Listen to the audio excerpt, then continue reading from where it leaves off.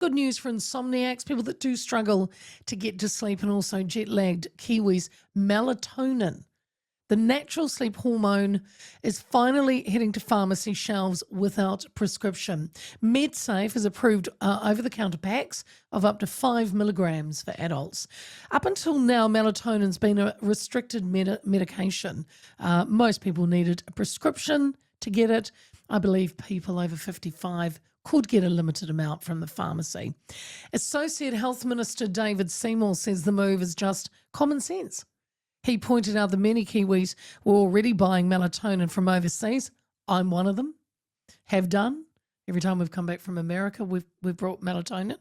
And, you know, he says that for patients that do struggle to get to sleep, now you'll be able to go into your local chemist.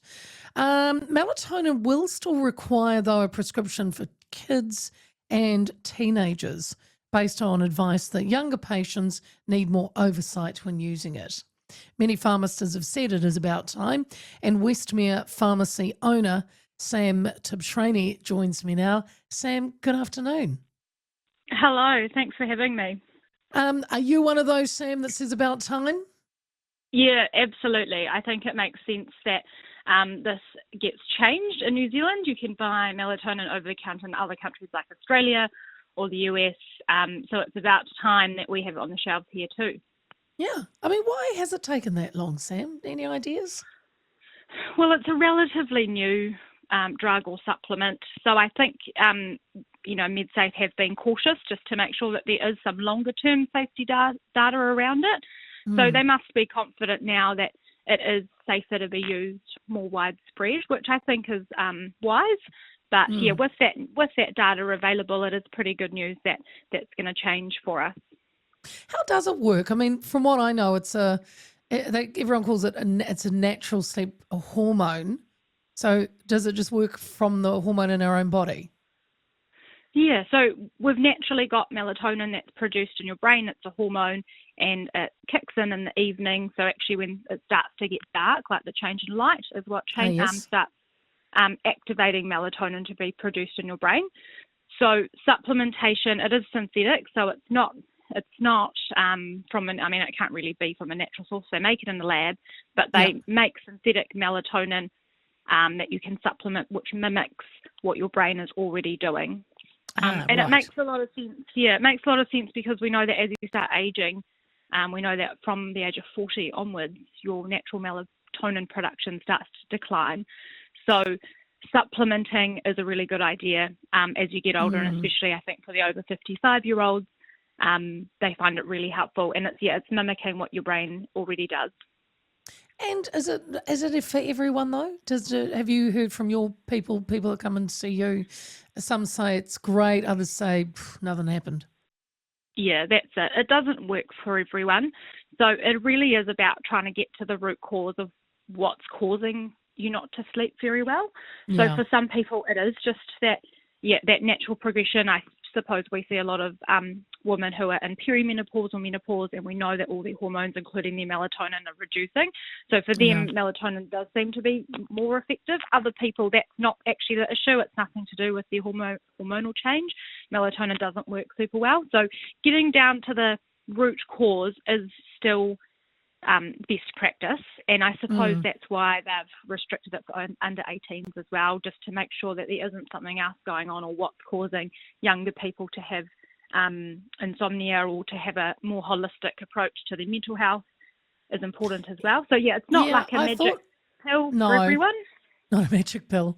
Wish there was. That's interesting because I know that, melatonin can sometimes be prescribed for children with neurodevelopment disorders like ADHD. I've spoken with the president, the CEO of the ADHD Association. His son, he said melatonin for his son, who's 14, is a life changer. It works really, really well for him. I suppose he'd be quite disappointed though that he would still need a prescription. Well, for under 18s who have neurodiversities, it's funded on a script for them, so they're going to get it free. All right. So that's okay. So that's pretty good. That doesn't change. That's all right then. Yep. With jet lag, Sam, is that Is that because okay, we've talked about how melatonin's already produced in the body. The older we get, like everything else, our body just stops making stuff. So I get that with I get melatonin would work for that. How does it work when you're jet lagged? Yeah, so it's about trying to get you into the new time zone really quickly. So if you can take the melatonin at the dinner time of the new time zone, it's starting to tell your brain it's now time to go to sleep and starting the kind of sleep processes. So you'd take it when you land, or not when you land, but when you would naturally have dinner in the new time zone, and then it just kickstarts that time change for your body. Yeah, right. No, because I did have a listener just text in and say, "Hi, can we get some details on how we use it for jet lag?" And good question, because so if I flew to London tomorrow, I would take my melatonin at the evening time of New Zealand time in London, even though it'd be the morning or whatever. No, right? Other way around. Other way around. You'd take. Just make that clear. You take probably nothing while you're flying, or some people take sleeping tablets on the plane. So no melatonin while you're traveling. But when you arrive, and say you arrive at 2 p.m, you'd wait until say 7 or 8 p.m. their time, and that's when you take it. So even if you'd had a bit of a nap while you were traveling, or your body's a little bit upside down, you'd have it at the new dinner time. Got it. Geez, Sam. Normally it's been a long week. All right. Look, have you already seen a lot of prescriptions coming into Westmere Pharmacy? Yeah, GPs prescribe melatonin all the time. So it's not funded for patients, so that's a bit of a shame. But we get patients who are willing to pay for it, that we get scripts really regularly. So having it over the counter is going to help GPs out, which we know needs doing, just to take pressure off them and free up some of their time. Can you tell me what it costs? It just depends on how much you get, or is it expensive? Yeah. Ballpark figure, it depends on the milligrams or whatnot, but ballpark, it's about $1 per dose.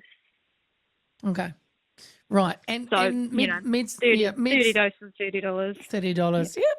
MedSafe has approved packs of up to 5 milligrams. I think in America, it's kind of, you can get way more than that, can't you? It's all over the place. That's right. Yeah. So in other countries like America, it's melatonin's all classed as a dietary supplement, so it's not very regulated. So lots of the products, what they're claiming on their label, claiming the milligrams that they're claiming, no one's really going around to check that that's true. So that is where the issue arises with really high dosed melatonins. You'd have to be really skeptical to think that is truly what they are, because we go up to maybe 6 milligrams at an absolute push.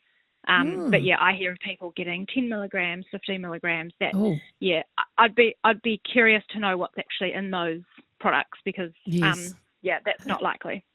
No. And do you think, Sam, that now that it'll be over the counter, and yes, you pay for it, but okay, even though you are seeing a lot of prescriptions, are you thinking it's going to become even more popular now that people know that they don't have to go to the doctor? Yeah, I think it definitely will widen the access to it, and it is a great option for people. You can use it sporadically, you can use it every now and then, or you could use it every night. So I think more people, it's taking the barrier away from going to the doctor and having a GP's appointment is going to be really good.